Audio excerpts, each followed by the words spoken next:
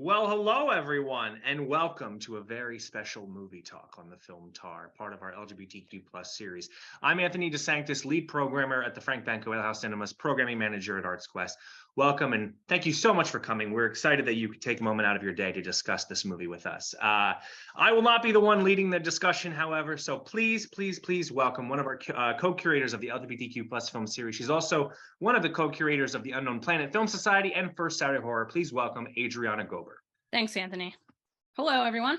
Thanks for joining us tonight for our virtual movie talk on Tar, written and directed by Todd Field and starring Cate Blanchett. I'm very pleased to say tonight that I am joined by my two co-curators on the LGBTQ plus film series here at Frank Banco Alehouse Cinemas, Cathy Ford and Alessandra Fanelli. How are both of you doing?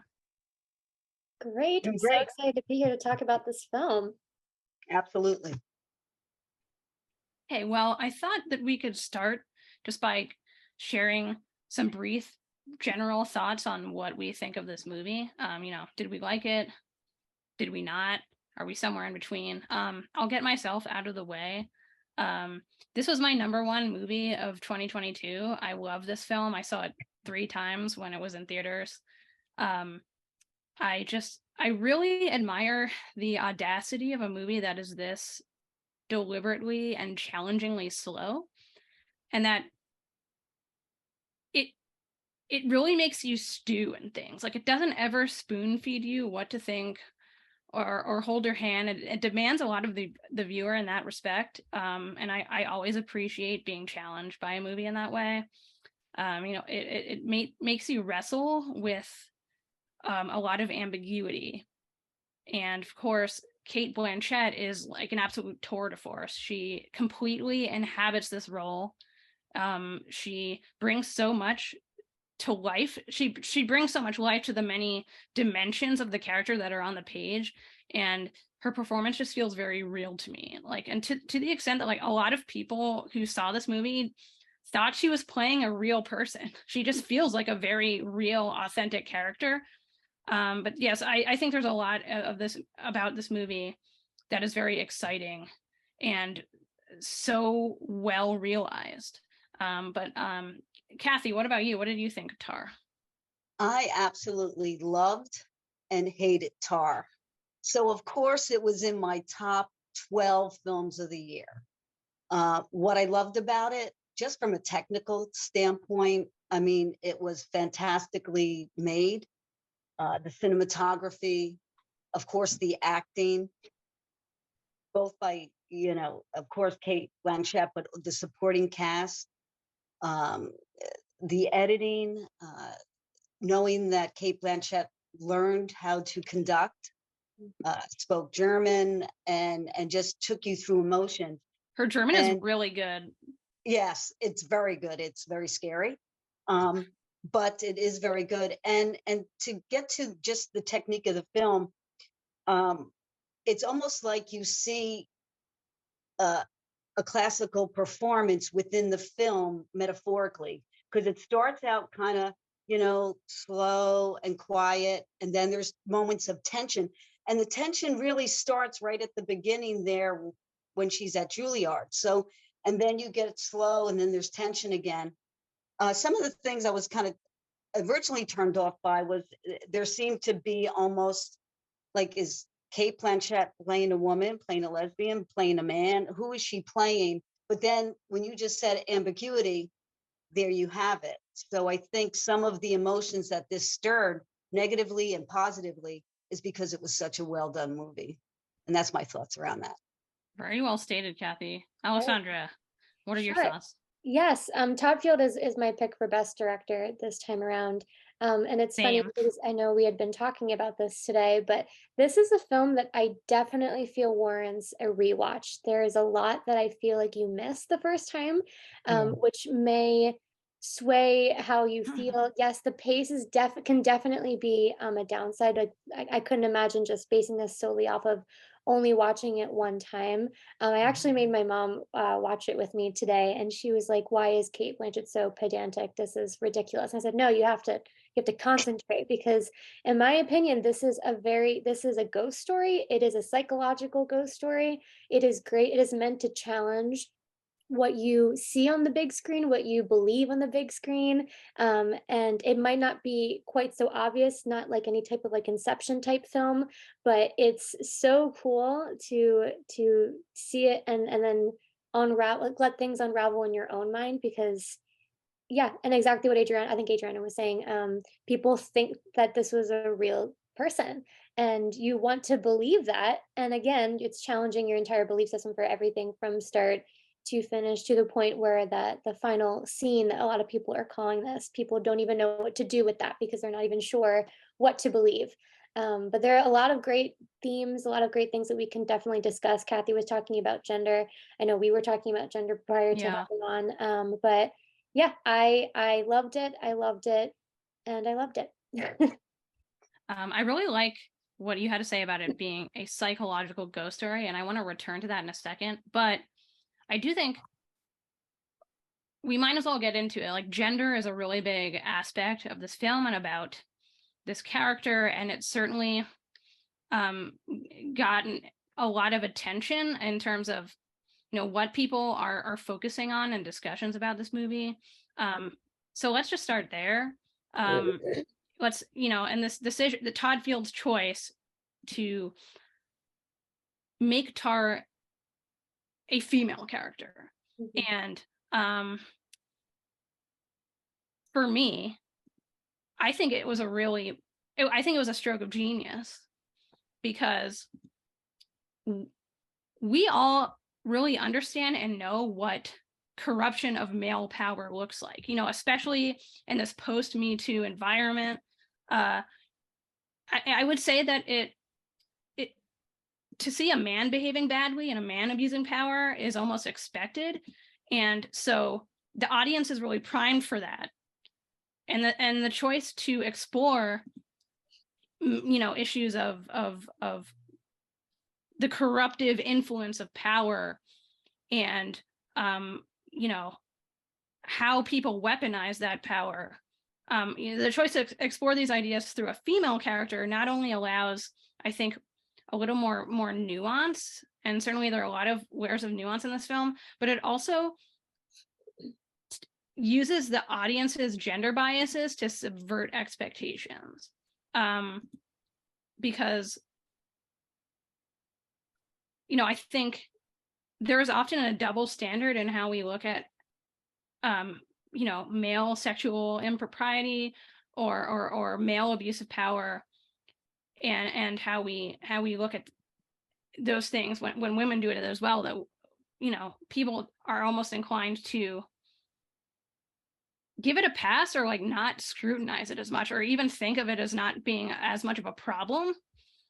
And so I think the fact that Tara is a woman kind of complicates things a lot. And you know, we see this throughout the movie in different ways.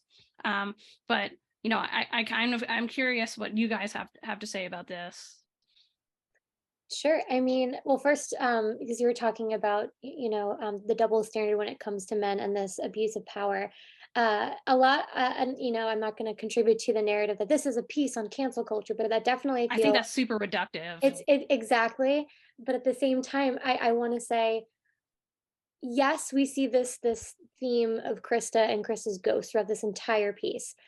We never actually know for a fact what happened between them. A lot is assumed, a lot is speculated.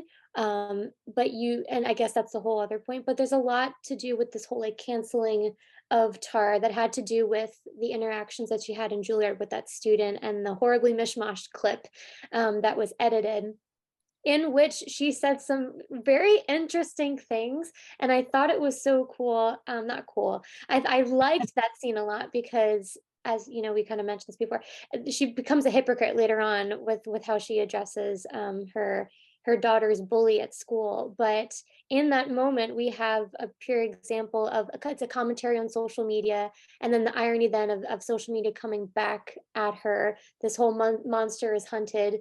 ideology. And, you know, especially when we are viewing that scene and we're meant to be looking around, seeing where Krista is. I don't even remember Krista was physically in that sequence, but I think she was in the very beginning. You see the back of her head. Right, when she's doing the New Yorker talk. Yes, yeah, in New Yorker talk, not in Juilliard, but we don't see any phones, and that sequence that's later edited later on that we see, it looks like it's from multiple perspectives. So anyway, back to just suspending your disbelief. But the things that are coming out of that student's mouth talking about why they don't support male cisgender composers, and what comes out of her mouth after that was so jarring. But then I was like, would this be inciting the same reaction out of me if this was a film about a male conductor? And I really thoroughly enjoyed it. I didn't feel like offended, like, oh my goodness. I was just like, I see what's happening here, and I love it.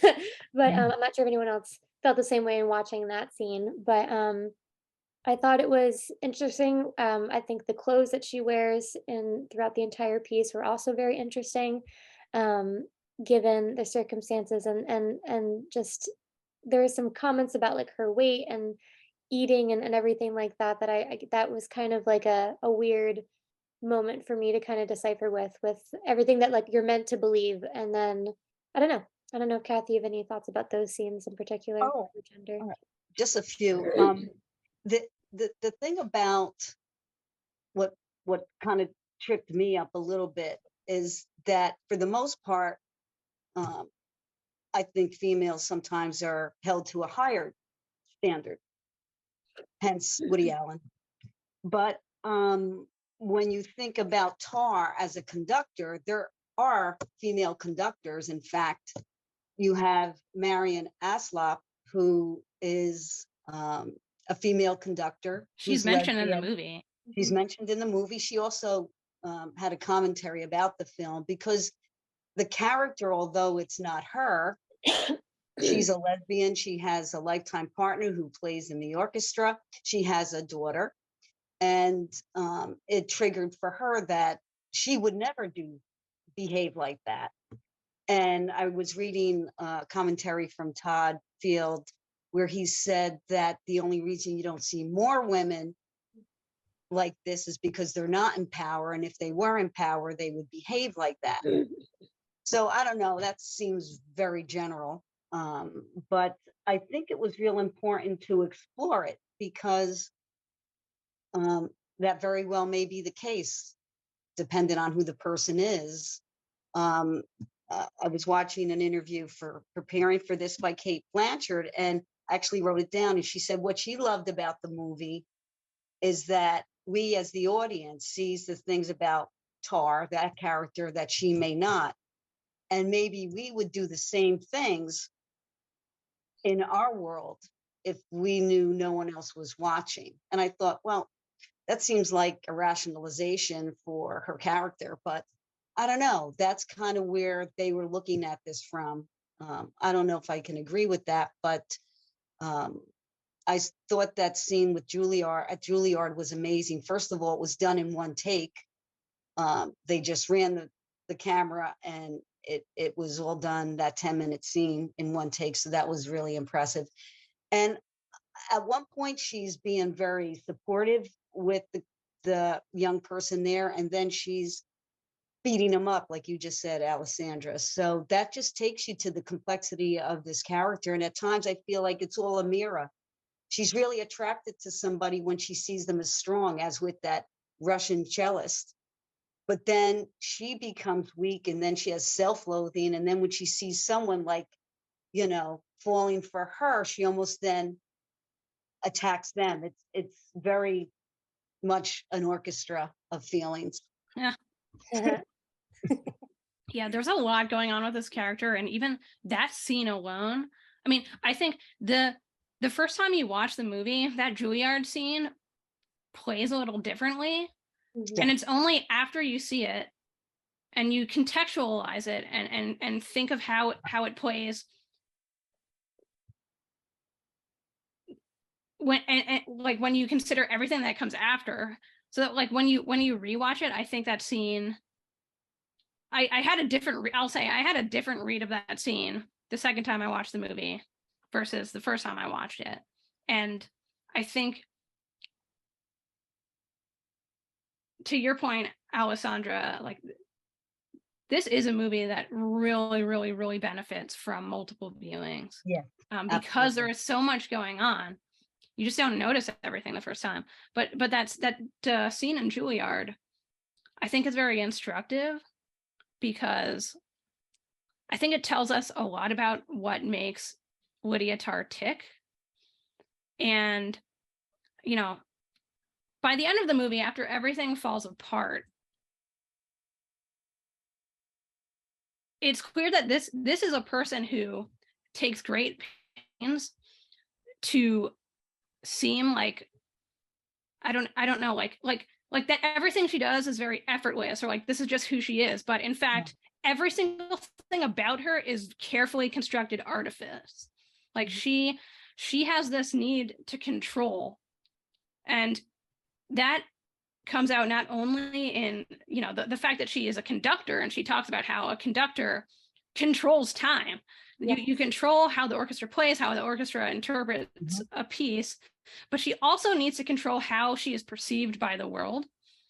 And that scene in Juilliard, she's talking to the student Max, and she says, you know, when you go before, you know, an audience and you perform a piece, do you want to be judged by your merits as a composer, or do you want to be judged for your identity? And I think once we see how everything plays out, and we really see just how much of a fraud Lydia Tár actually is, it becomes very clear that she is acting so reactively and aggressively to the student, because her fear is that everyone is going to see who she really is, so that she is going to be judged for her behavior rather than who she is as a conductor, as a musician.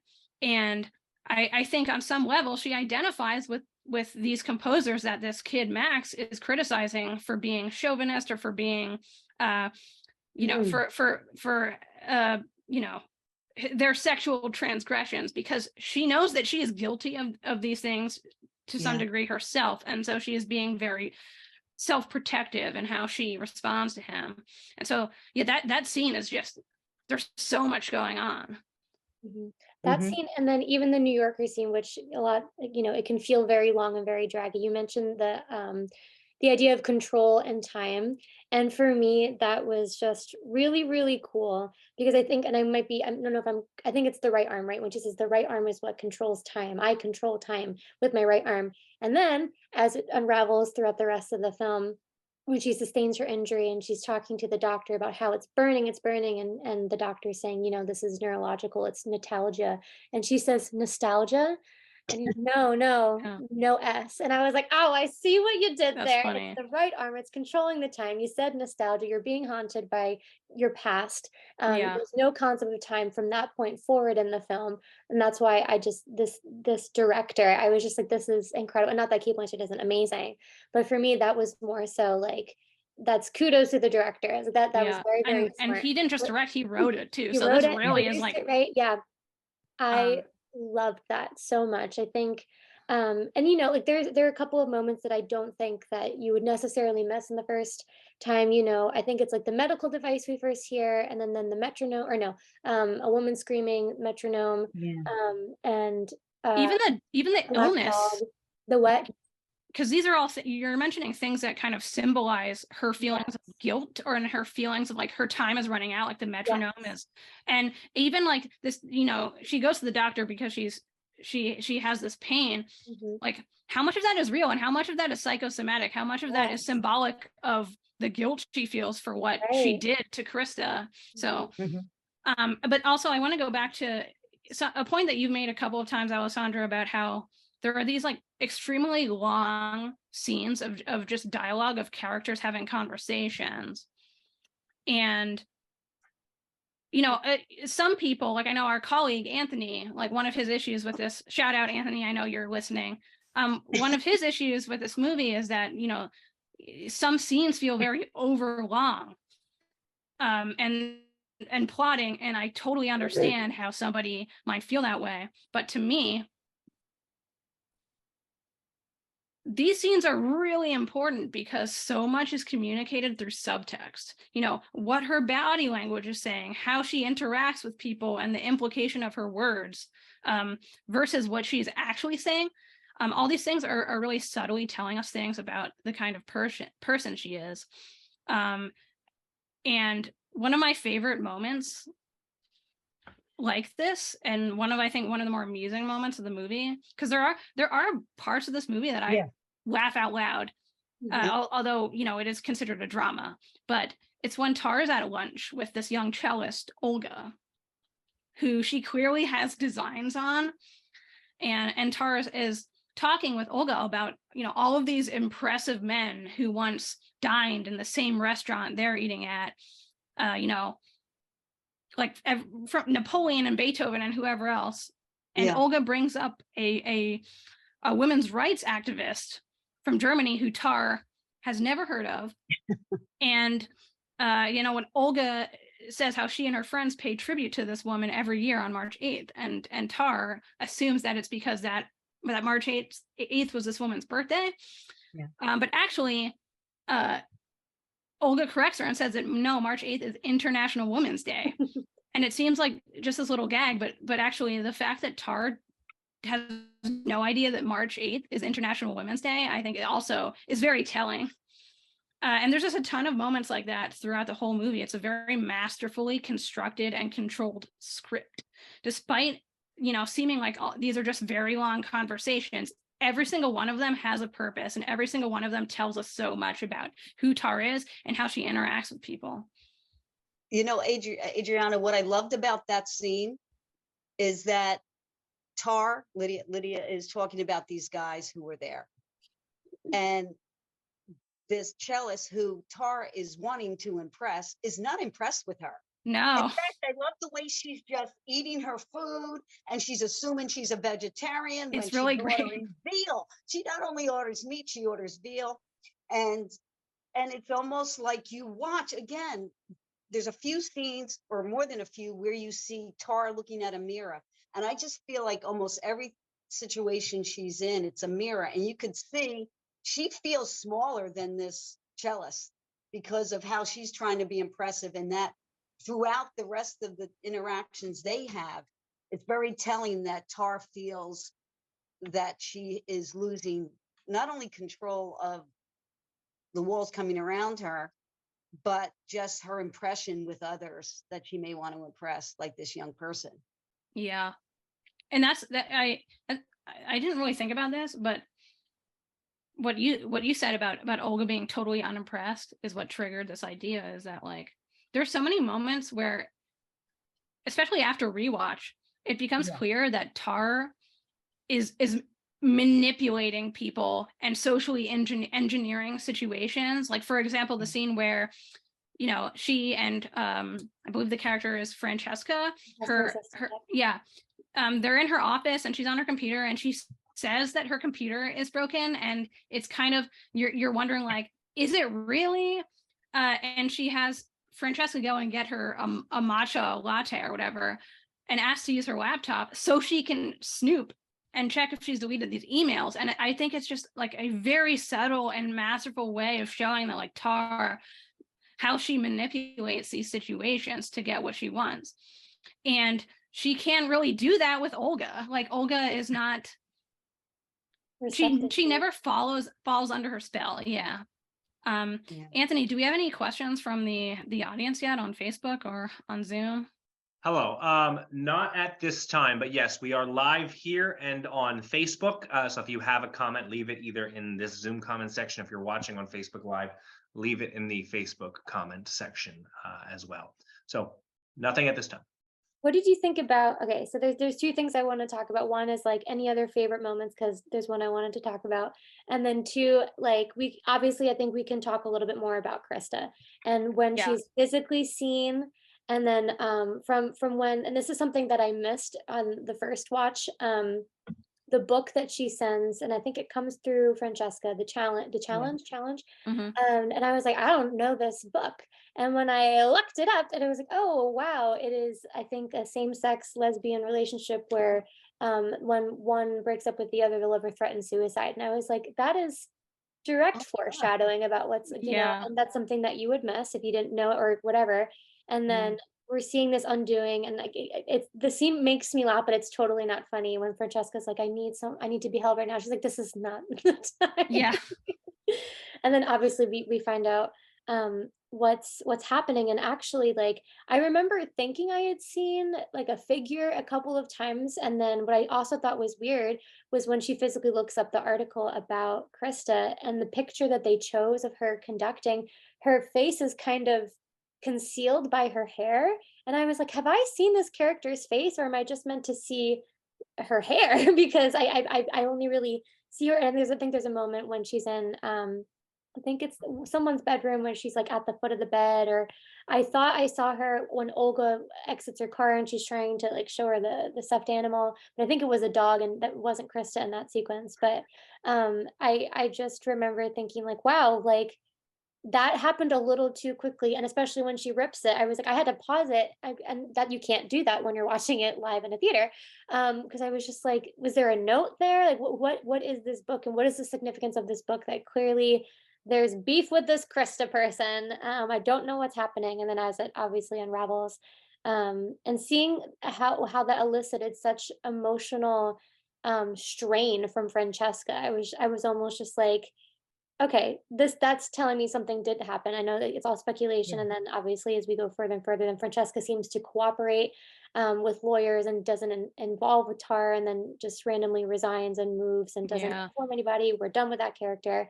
But I don't know. So what were your thoughts on the whole Krista ghost phantom situation? Well, first I just want to, because you said like, what are your favorite scenes? Oh yeah. And I'm curious if this is also your favorite scene, but it's got to be apartment for sale. Oh my gosh. Accordion. It was your apartment in for jail, sale. apartment for sale. It was like, that was crazy. That's like one of like probably the clearest example of this film's sense of humor. Well, that, and then we talk. So I'm just going to mention this, and then we can talk about Krista and Cathy's favorite moments. But when there were a couple of moments when I was like, I am so about this. It was when Sharon was like, "You seek my counsel. Those are the rules." I was like, Sharon. There's that moment, and then when she confronts her daughter's bully. It says, "Hi, I'm Petra's father." Yeah. My mom even said, "I like this character." I was just like that. And the hypocrisy of that statement versus everything that we had learned about Lydia Tár's like belief system, and kind of because just she is a bully, like the bull. It's the monster herself. Yeah. Yeah. So anyway, so those are my two moments. Apartment for Sale was also very very good. Let's hear from Cathy about her favorite moments, and then we can circle back to the Krista, the specter of Krista looming over everything. Back at Juilliard, when she was, the only reference she made to herself was to be a U-Haul lesbian, and that stereotype, I thought it was both comical, and it's like, oh God, wherever we go, we hear that statement. But I thought that was kind of interesting. Yeah. And also supporting folks, if you haven't watched it twice, you really do need to, because the script, then you can focus on the script, because you're not totally shocked about Cate Blanchett playing this monster. And one of the scenes is towards the end, and it's with Sharon, her partner, and Tar, and Sharon sits her down and says, when you first met me, we were a team, we were in the other apartment, and how are we going to get you to where you want to be? And then Tar has the nerve to say to Sharon, are you suggesting that our relationship was transactional? And I thought, oh my gosh, this, talk about a script, and how she delivered it. I just thought that was the be all end all of my scene. I thought that was really the icing on the cake. Yeah, it's also just classic projection. Like, she's accusing her partner of treating their relationship like transactional, but that's like her entire MO with every single person she ever interacts with or has a relationship with. So good. Yeah. back to this whole thing with Krista. The first time I watched this movie, obviously, like, I noticed, of course, that like there are moments where she has like these she seems to have auditory hallucinations, but I did not notice the actual visual hallucinatory elements until I rewatched, because there is a scene where it's dark in the apartment at night, and you can see like what looks like an apparition or a figure sitting in a chair, and obviously that is driving home this idea that she is being haunted by the specter of Krista, by how she treated Krista, whatever happened between them. Because as you said, Alessandra, it is to an extent ambiguous. We don't totally know the whole story. We see glimpses of it in the emails and through dialogue, like Francesca talking about how the three of them used to be really close and they went on these trips together. But we don't know the full extent of what exactly happened. We also know that Tár then seemingly made it her, like, whenever it went bad with Krista, she made it her mission to sabotage Krista's entire career. Because you see these emails that she deletes where she contacted all these other composers at other orchestras saying, like, don't hire this girl, she's toxic, this, that, and the other thing. But and do you think that was because at first I thought this was, they reached out to her for a reference, but then I was like, that would be silly for Krista to leave that, so she must have gone out of her way to contact these people. And you want to ask the question why, because from that point moving on into the film, we only see what it looks like for other people to reject her.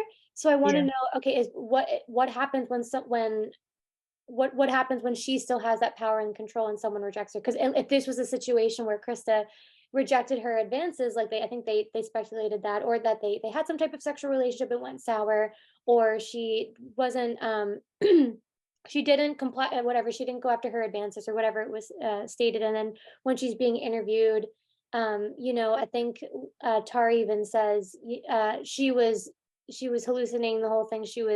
She thought that we were something that we weren't, and she's unhinged, basically. Right. But we can at least infer that that's complete BS, because we see how she uses her power and influence as a conductor to curry favor with Olga. Like, we see that, like, she's trying to groom her, like and we can infer, like, oh, this is how it started with Krista. So I found it interesting that Francesca was she was so upset when she found out about the suicide of, and I just wonder where that is. It could be just guilt. Well, I think I don't know. I think it's implied throughout the movie that she continued to maintain some kind of relationship with Krista, because the movie opens with this close-up of like a cell phone, like she's recording. It's some kind of live video of it's some weird sleeping on the plane. And there's a conversation that I mean, I think that's supposed to be Francesca, because she's her assistant and she's traveling with her. She's having this conversation with this other person who I think is supposed to be Krista, because at that point Krista is still alive, and they're basically like talking smack on Tár. They're making fun of her, and one says to the other, like, oh, are you still in love with her? So I think Francesca still feels loyalty to Krista, and so when the suicide happens, she very quickly becomes very disillusioned with how callous Tár is about it, and I think that is what ultimately makes her withdraw and basically, like, she quiet quits. That's a thing that is, like, people were talking about now in the media. But that's what she does, and I think it's because she is a little bit guilty about what happened to Krista, but also, like, as Krista's friend, she is I had not upset with how Tár's behaving at all. And what was interesting was that it wasn't just text messages, right? Because we saw the little live button, and then we saw visuals of Tár, visuals of where they were walking. I always thought that was, I completely forgot about it, to be honest. But how weird then, if that's the case, that Francesca was allowing Krista access into that, when like clearly this was leading to a mental like decline of Krista, just not having that direct access to Yeah. Tar. That's a really weird dynamic. I hadn't thought about that. And And and you you could never also, really, I don't think you see Francesca's emails to Krista, but you definitely see all of Krista's emails, and they're just, it's just like begging. They're so desperate, and she even Yeah. says, like, this one, I got another one, and Tar just instructs her to delete it. And then, oh, and Tar says, she wasn't one of us, or something. That was a weird Yeah. statement. Yeah, that was weird. because I think she also may have been intimidated by her talent as a conductor. See, I think two things were going on with Krista. I think it was, of course, Krista was infatuated with her and they had a relationship. But then I, because of the dynamic with Francesca, I also think maybe what started to happen is Tar saw that this was a protege that was up and rising, and maybe it was two reasons to send out emails, stay away from this up and coming conductors, because of their relationship, but also maybe there was some competition there that she also may have been watching as well, because we know how frail her ego is. Their relation. Anthony, how are we on the questions? Nothing at this time. Okay.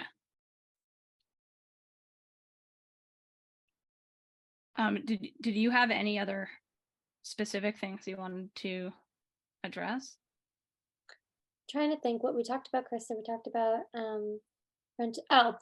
again, I'm just gonna point out little things, because again, on the rewatch, I caught it. I think I put together that it was supposed to mean something, but when Tar is looking to get a massage, and then she goes into that space and she sees or whoever, the volunteer, whatever woman, and who has a number 5 on her robe, and that causes her to exit and be ill. Oh, And I was like, oh, and we've all tied back because she'll never get to conduct that symphony.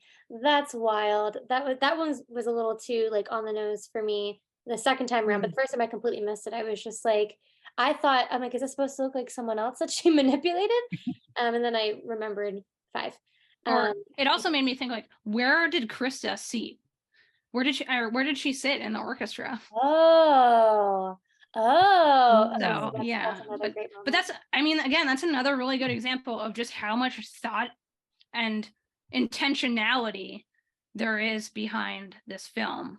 But we didn't talk about the ending yet. I mean, you had briefly made reference to it at the top of the show, but I think we should talk about it because a lot of people. I'm sorry, Cathy. I have a question for both of you before you get to the ending. Only because it was said throughout by Tar when she got annoyed at or angry, and she started even with the Juilliard with the young man when she said, "No glory for a robot." What was she talking about? She constantly brought up, "You're just being a robot. You're just being anyone she was angry with." Well, I think this actually in a way ties into the ending, or my interpretation of the ending, but I think it kind of goes back to something I was talking about earlier about this idea of her need to control, or like the way that she views the importance of her role as a conductor, that, you know, how should I word this?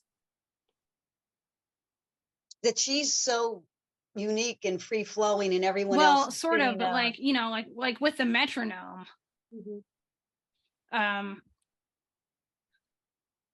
the conductor is almost like a human metronome, but it's not as rigid as a metronome. Like you know, who you are as a person, and I think she says this at one point, like, you bring all of that into your perspective as a conductor and how you choose to interpret a piece and how you instruct the orchestra to play it. So you know, she sees herself as this person who has all of this great expertise and you know, that she, I don't know, I'm not doing a good job explaining this, but like she I don't know, she feels like she has all of this like great feeling or power of interpretation. And then so like at the end of this movie, if you notice, like this orchestra that she's conducting, they're playing music from the anime Monster Hunter. Yes. And they put on these headphones because they're playing to a click track. Yep. So she then becomes the robot because she is playing to a metronome. She doesn't get that freedom of expression to bring herself to the piece and to interpret it the way she wants. They have to play to like this specific click track. And so like I think that's kind of like what all the dialogue about being robotic is about. And then like, the end just kind of drives home this point that like she, like her greatest fear has been realized. Like she has lost all of that control. She has lost all of that power. She has lost all of that influence. And now she's just conducting to a metronome. So you Monster Hunter, the monster has been hunted. That's what I was like, that's the moment. That's the ticket. But I completely agree with all of that. In the moment, so before we got to that ending, so just after the scene in Juilliard where she said, and you're a robot, or don't be a robot, whatever the line was, I took it more so because every single time she was asking this student, well, okay, and challenging them, I actually thought that it was it had opportunity to be a learning moment for both of them. And the student kind of escalated very quickly, which I feel like I thought I was going to be more on the student side with exactly what they were saying. They're like, oh, as a pangender BIPOC student, I cannot support this. Okay, and they're talking about different composers. Well, I kind of like this composer. Well, did you know that this composer was XYZ, blah, blah, blah, blah. Yeah. And then the student was immediately like set off afterwards. And I was just like, well, I think it's important because it's, again, commentary on cancel culture, but it's not about cancel culture. And then also like separating the art from the artist. I took that more as, and oh yeah, like you're relying too much on social media. So in that moment, I was like, yes, this whole idea that you're speaking from a script, you're speaking from something else that other people seem to be putting in your mouth, and you're not actually formulating your own thoughts. That might be your actual opinion, but you're using terminology and really strict terms that nothing wrong with them as language, and I agree with them, but I feel like her response to that in the moment was more so a response to the whole, like, you are just reciting right now. You're not feeling, you're not allowing yourself to even challenge your own belief system. You're just reciting something to prove a point. And you're computing it. I don't know why I keep doing robot arms because she keeps saying robotic. And her argument, and when she's playing the piano for the student, just saying like, and now it's a question, it's an answer, it's a question. And then, but showing the juxtaposition between that and then just stroking the keys, being like, yes, this is what is written. It seems like this could be a first year player, whoever, insulting whoever, saying this. It's very basic. We're going through the motions. We are computing. We are reciting. We are robots. No, the second when you take a look at the actual piece, you feel it. You feel this. You interpret it. So that was kind of what that's what I was getting at too. Like, yeah. I was kind of like fumbling around the point, but yeah, like she has all of these like very specific and grand ideas about what it means to be an artist, and like what self-expression is. And basically by the end of the movie, where she winds up is that like she can't like express herself through conducting the way she used to, because the parameters of what she is now doing are much more narrow and more rigid. And again, like she has to play to that metronome. So yeah, like there's like so many scenes in this movie that connect, and that it's not as clear on the first watch as it is like with every subsequent viewing. What I found really interested with what we're doing right now, even in your discussions and our discussion, is that whole separate the art from the artist. And I think that is why Cate Blanchett in this role is a brilliant choice, because if this was a Harvey Weinstein, if this was some character that is more stereotypical, I don't think we would be debating some of this. But because it adds so much nuance. And although she's female, and yeah, that's the lesbian part, but she's also very androgynous too. So it's more about the broad spectrum of a person in power. But I wonder if it would be this much of a discussion about the art and the artist if it wasn't this particular character. I don't know. I think about that. And that's kind of a lot of the discussion from, media and such, is that it does offer this great discussion about these topics. And I also think that, so initially, I don't know if you both knew this, but initially, Todd Field wanted this character to be a businesswoman. And it wasn't until the studio approached him saying, hey, what if it's a classical music conductor? And he was like, amazing. That makes so much sense, because where else can we show this the impact that power can have, and how it can ultimately lead to someone's undoing, but also be a reflection on how it's someone's passion, and how someone can actually become like inept in their own passion than in the world and the music industry. And I was like, yeah, I don't think I would have enjoyed this at all if it was about a businesswoman, because I've seen that trope too many times, and I don't know if it would have translated the same way. I feel like it would have felt more like, especially like you were mentioning like her androgyny and the outfits that she was wearing. I was kind of just like, if she was a businesswoman, yeah, we could have expected some pantsuits and whatnot. But I almost feel like that wouldn't have read as authentic as it does with her being a conductor. And even with what she wears, I think I said it out loud during the second rewatch. She takes a shower and immediately puts on like a blouse and a sweater vest, and I don't think she was going out after that. And I was like, that is incredible.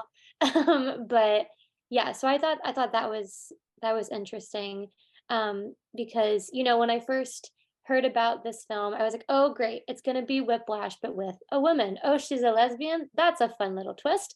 But really, and I think, I don't know if it was Cate Blanchett herself was saying, like, yes, she's a lesbian, but it's not about a lesbian conductor, it's a conductor, she's a lesbian. It's like, I think that's important. This is an important distinction to make. However, I think it's a great distinction to make when we're talking about how this film would have been different if it was not a female and who was pursuing same-sex relationships and using her sexual prowess to manipulate, to groom, to gaslight, to take advantage. And then it's not until we see like, oh, once that rejection sort of happens, she becomes powerless. She no longer exists. She is her own undoing. And whether or not you want to think, now we can talk more about the ending, whether or not you want to believe that there was some topic of conversation about, oh, the ending is just a hallucination. I don't know about that. No. But No. I think, it starts with when she tackles whoever replaces her in conducting the symphony. It's like that's one of my other favorite scenes, by the way. Yeah. Like, the feedback was like, that couldn't have happened because I think it's a gentleman playing the trumpet. Why would he have just let it happen? It's like, well, what he didn't know what was going to happen. Yeah. But that the grunting that she did before just tackling this person, that was pretty epic. Not that I'm condoning any violence, but I was just like, what? I had a moment of like, what? That's not happening. And then I think there's a close-up of Sharon who just sits there. She's over it. I think at that point she had already taken her child. She was like, we're done. Bye-bye. She has no power. She has nothing to lose. And I think she says, this is my score.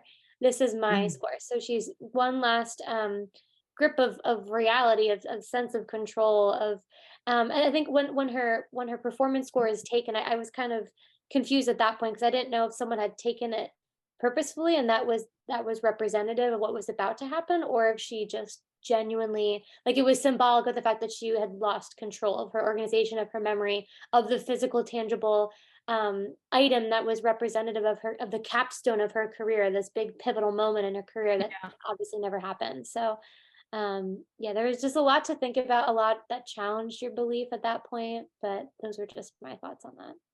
What was amazing with that scene is we saw the beginning of that scene in the trailer leading up to the movie, right? Right. How many times we saw the trailer?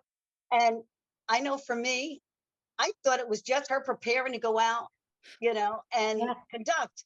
But actually, it's when she comes out and she, sends that guy flying. And I'm like, wow. Usually trailers, you kind of get the whole movie in a in 30 seconds. But here it really, again, a testament to Todd Field and the entire crew at this movie, that it was so awesome. Alessandra, going back to something you said a few minutes ago, I didn't realize that initially Todd Field had envisioned this film to be about a businesswoman, because Todd Field studied at a musical conservatory. Yeah. Like, he is an accomplished musician, and I think that comes across in the film, because there's no way someone who doesn't really know this world could possibly write a movie like this, with the amount of detail that it has. So I was really surprised to learn that he didn't initially envision it about the classical music realm, that it was about something completely different. So that's really interesting. But I think that that initial idea he had wound up translating really well to this context.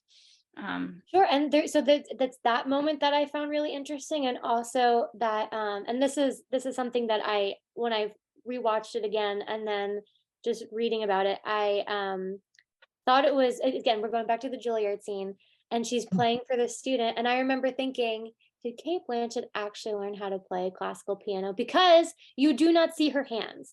And there was it was an interview, and Cate Blanchett was talking about how she was like, I learned this, and I want people to understand, like, this is real. And then I think Todd Field's response was something on the lines of, like, when you see footage of Leonard Bernstein, who Lydia Tár references, from the very beginning, the camera never focuses on his hands because he doesn't need to prove that he can play the piano. And Todd Field's response to that was, I'm sure she's mad, but I wanted people to be looking at her eyes. And I was just like, that's something that you almost want to say, yes, obviously someone who studied music, that's an intriguing point of view, because you're hearing the music. But from a classical musical standpoint, I'm sure others, not knowing that she had studied and prepared for this role in this way, were probably like, is she actually playing right now? Because I thought that, and then I was like, no, she has to be playing. You can clearly see her hands in other scenes, and she is very definitely actually playing. You'd mentioned her German. Her German is excellent. I can speak some German, and not particularly well, but I know enough to know she can speak it very well. Also, I something else to note is a lot of the musicians in this movie were actual musicians. They are actually playing, and the woman who plays Olga, I believe her name is Sophie. Let me see. It's Sophie Kaller. She is actually an accomplished cellist. So she isn't an actor. She is a musician who he brought in to play this part. So obviously that authenticity was a really important thing to Todd Field, and I think the movie is all the better for it. I think we're going to be wrapping up soon, but really quick, I did get a message from Anthony that we had a question from Mary, and we kind of did, I think, already answer this question, but she asked if we liked the ending. And so we talked a lot about the ending already. And I think, I don't think any of us actually explicitly said whether we liked it or not.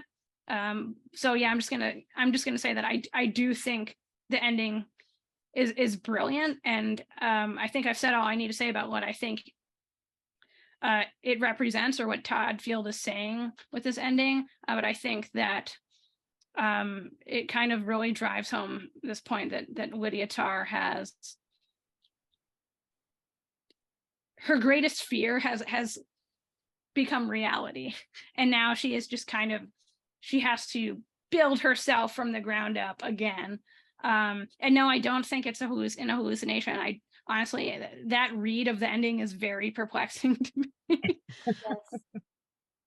Yes. I think again, I'll just repeat what I said. It's a challenge of suspension of belief, of what you want to believe on a screen. It's why I feel passionate that this is something that warrants multiple watches, because you miss certain things. But I'll go back to the whole Monster Hunter. That was just chef's kiss moment to me. I was like, that is great, and I appreciated the ending. Right. And just to make it clear for those watching who may not be familiar with anime, Monster Hunter is an anime, and at the end, she is conducting an orchestra playing music from Monster Hunter, and the audience is dressed up in cosplay. And yeah, there is, I think, a very on the nose, as you said, point being made, this correlation between the title of the anime and, what Lydia Tár is. And it's funny because, again, please watch it again if you can. The script comes alive, and everything ties in from the beginning right to the ending. It's all leading like, as if it's a music piece being conducted. Yeah. Because right at the beginning, this was after her interview in New York. She's talking with the young woman who's infatuated with her, and they're talking about a particular score. And in the middle of that, she says it's an 11 pistol shot. And this means you can be both victim and the perpetrator. And that should tell everyone about what we're going to see with Lydia Tár. Is she kind of is both.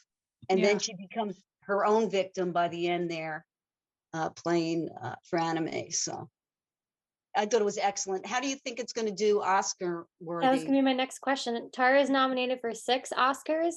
So I don't know what anyone else's thoughts are, but it's only Best Picture, 6. Only 6: Best Picture, Best Actress, Best Director, which is my pick, Best Original Screenplay, Best Cinematography, and Best Film Editing. Editing for sure, cinematography for sure. I think actually this isn't an Oscar discussion. I think Everything Everywhere All at Once is going to get editing. The editing in that movie is crazy.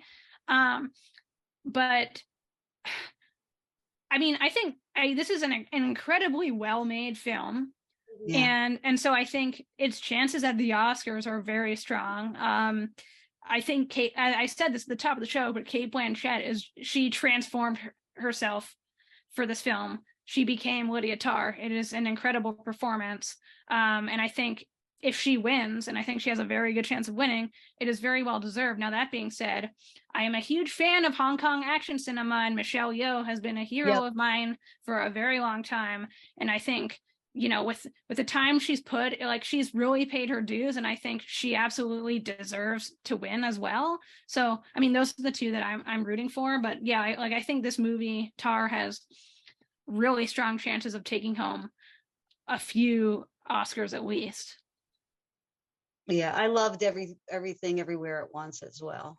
So it should be interesting. Sure. Well, we shall see. Anthony's back, which I think means we're wrapping up. I just wanted to do a plug for our next screening. Is that okay if we do that next screening? Okay. Oh, yeah. I was sorry. I was just about to chime in on Oscar stuff, but chime in on Oscar stuff. No, we already did that. I thought you were No, Anthony, I want to hear your take. Please do. No, I mean, I'll be honest, just because we did a whole show about this. I think Tár. God, I don't want to end like this. I think Tár will I think it has a strong chance of winning one Academy Award, and that is Best Actress. Adrianna, you are right. It is going to be Cate Blanchett or Michelle Yeoh winning that Oscar. Yeah. It just is. As for the others, I think it'll be a sweep from Everything Everywhere for the most part, other than that. So I just think that movie just has such a high it's riding on, and it's just so bonkers, and there's sausage fingers, and somehow that's going to be a Best Picture winner soon. So we'll see. But anyway, look, if Cate Blanchett wins on Sunday, I will be delighted. She's one of my favorite actresses. I think that the real conversation is she or Viola Davis, the Meryl Streep of their generation. You know what I mean? Like, simple as that. So love me some Cate Blanchett. Yeah. But I agree with Alessandra too. I think Todd Field is a big contender for director and also screenplay. I think it's nominated for screenplay, right? The script is amazing. The script is excellent. I would say that too. Okay, Alessandra, over to you to plug our next screening. Our next free screening in this LGBTQ plus film series will be on Thursday, April 6th, 7 p.m. And it is Hedwig and the Angry Inch. We are assembling a special guest panel to be discussing this film. Now more than ever, we as curators want to make sure that we are amplifying specific voices within the LGBTQIA plus community. sharing and amplifying these stories when they don't have the privilege of being celebrated and shared everywhere right now. So we hope that you can join us for that free screening. You can find more information if you're watching on Facebook on this Facebook page, Frank Banco Alehouse Cinemas, or in steelstacks.org/film. There, I said it. Thank you. And that about wraps it up for us tonight. Thank you all so much for joining us for this discussion on Tar. And hopefully we'll see you at our next screening. Good night. Thanks, everybody. Thank you.